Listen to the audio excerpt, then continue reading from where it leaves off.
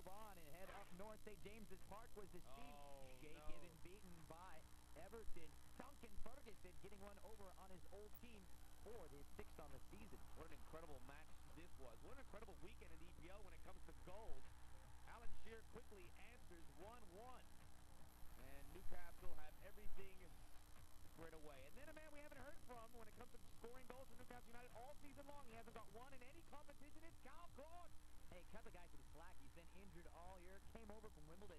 Now he's starting to play like they originally anticipated. Newcastle, their first lead of the match. I don't cut anyone any slack, Kyle. Now, all the respect to Kyle Court. Congratulations. What a great ball by Laurent Robert here. As he loosens up the Everton defense, which was very loose all day long. Sneaks it across. Sneaky. And then it's 2-1. Tail end. I got to tell you, Everton's goals in the first half should never have happened. Defensive lapses, and they're right back in it again. Everyone getting forward for Newcastle. Everton capitalizing on the counterattack thanks to Nicholas Alexanderson. We move on in the second half, and of all people to score, Andy O'Brien. Just his 2nd on the Premiership campaign. Nicely done here as he beats everybody to the ball. The central defender getting in the back of the net. And that opened the floodgates, and take a look at Kieran Dyer. Lovely. Unselfish. That is an excellent goal. And a good sign for England, too, is Kieran Dyer really starting to play like they anticipated him. And then a lovely setup again. Jenis finding Solano. And Solano bags his 2nd. You-man. 10th on the season. First he points to Dyer, first he points to Jenis, because both of them set him up with wonderful chances. 5-2. Everton a beaten team. Their midfield has disappeared by this point. Lua to Olivier Bernard, who both just came in moments ago. They were plotting on the sideline. 6-2. Finally, Newcastle getting out that bad run of form. Everton's main threats, and so it proved. The captaincy has clearly brought the best out of him, although there was a degree of good fortune about his opener. Keeper Shea Given unable to keep out Ferguson's speculative strike. Alan Shearer led the Newcastle revival. No signs of the veteran striker slowing up as he claimed his 21st of the season. He's now only 2 away from the double century of Premiership goals. Kyle Court has endured too few highlights during his spell on Tyneside. The striker, who suffered more than his fair share of injuries, made his presence felt as United took control of proceedings. They were unable, though, to preserve the slender lead. Nicholas Alexanderson muscled his way into a scoring position to tie it up at 2-2. United were back in front through Andy O'Brien. The defender, who signed a new long-term deal, was presented with the simplest of finishes. 2 goals in 2 minutes ended Everton's hopes of a comeback as Norberto Solano added to their problems. They barely recovered from that setback when he struck again. Newcastle were running riots, and there was nothing their hapless opponents could do about it. Substitute Olivier Bernard, whose contract expires this summer, completed the scoring, and David Moyes' unbeaten run as Everton manager was at an end. Tony Lockwood, Sky Sports. London, Highbury the scene. Arsenal entertaining Sunderland.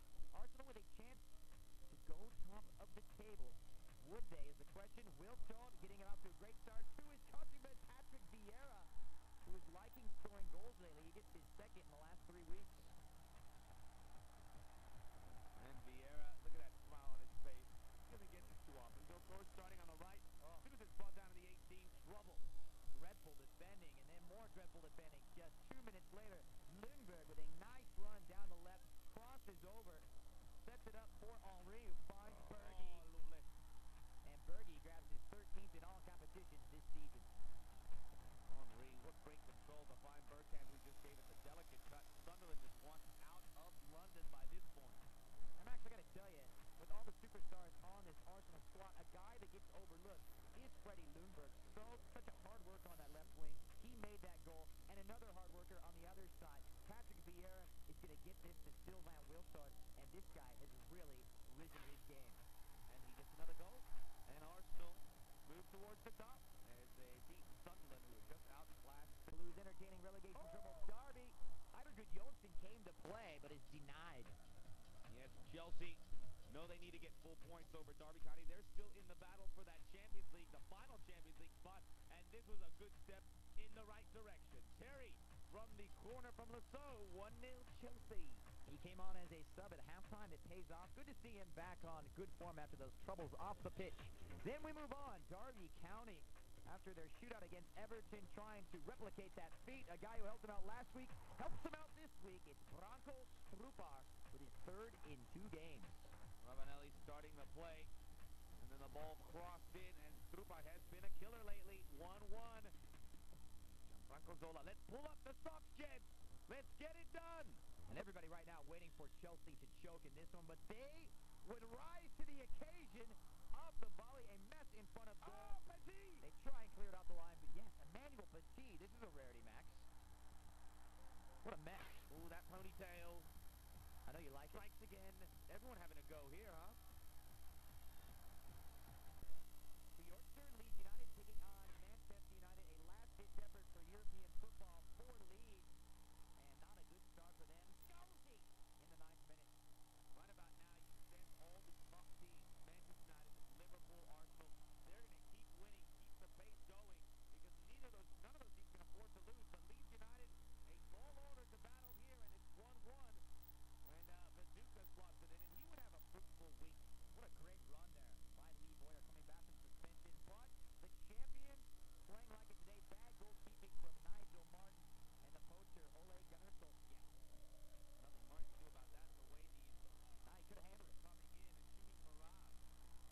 And just 2 minutes later, Ole Gunnar Solskjaer taking advantage of a suspect Leeds defense, and United now out in front 3-1. And we move on into the second half, Max, but it would just get worse before it got better for Leeds. David Beckham, look at the speed. Didn't think so, but he's got it. And Giggs, the man who normally works the flanks, he gets the goal. And I had a chance to watch this game, and you hit the nail on the head. The speed of Manchester United catching the defense of Leeds off guard, too slow to handle it. They take advantage of the set piece. A lovely ball from Ian Hart on the 62nd. However, it would be a little too late for the Yorkshire club. But they were valiant in their response here, but they fell too deep in a hole. 4-1, this makes it 4-2. Still time to do some damage, and they would do some. Running the right side, Robbie Keane off the bench. Oh, look at that finish. Was it onside? You betcha. Lee Boyer makes it 4-3. But Leeds United again showing the potential that they have, showing that they can play against anyone. Look at his run. Magnificent. Good save initially. Takes the deflection off the Fowler shot.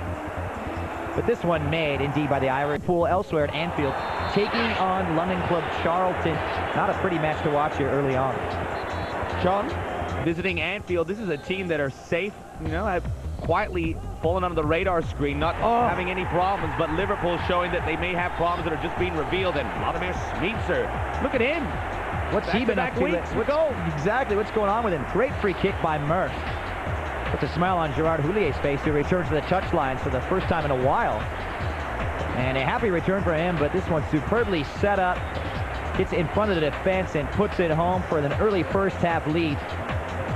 Vlad Smicer, the Czech international, rising to the occasion. Then Anelka, the setup man and the finisher. Littman to Owen, 2-0. I could have threaded that ball in. That defense No, you couldn't. fell asleep. Oh, yeah. No, you couldn't. Come on now. Nope. 2-0. I've seen you play, man. Wait. 2-0 as it went all the way across. Look at the defense. Converge on Smicer and wide open. Michael Owen. From the Riverside Stadium, where Tottenham have a slim 1-goal advantage over Borough, let's take a look back at the first half highlights. And in the opening game, the little Italian Benito Carfoni was so lively. Everything good that Borough did, he was involved with. Long shots, free kicks, just couldn't quite find the target. Still looking for that first Borough goal. Tottenham, the chances were few and far between. Here's one of them, Gardner, from about 40 yards out. Doesn't bother Crossley whatsoever. But now in the 31st minute, great ball in. And there's Iverson for his second EPL goal of the season. And Tottenham take a shot, 1-0 lead. Great ball coming in, and the run by Rebrov and Poyet was absolutely world class. What they did, Carboni was the one, he was a decoy, just did enough to perhaps unsettle Casey Keller. Are they asking one or two question marks about the wall there? Robbie Mustoe does brilliant.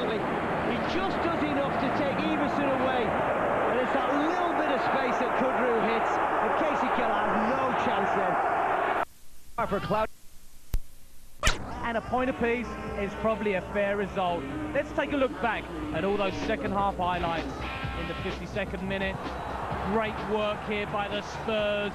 Going to be looking for Sherwood on the volley, and Crossley stands up superbly to deny Tim Sherwood what would have been Spurs' second goal. Now Anderton with the corner kick, and there's Poyet. He's so dangerous in these situations. Flashing, glancing header, thumping back off the bar. The Uruguayan desperately unlucky. Oh, that was a great header. Crossley stood no chance. Now Borough, they were great in the second half. They really poured forward, and Carboni, who was behind every decent Borough move, somehow finds Boxic, and here's the goal. Frank Quidru, the Frenchman, low into the left-hand corner, and Casey Keller, the American #1, beaten. Lovely free kick, took a while to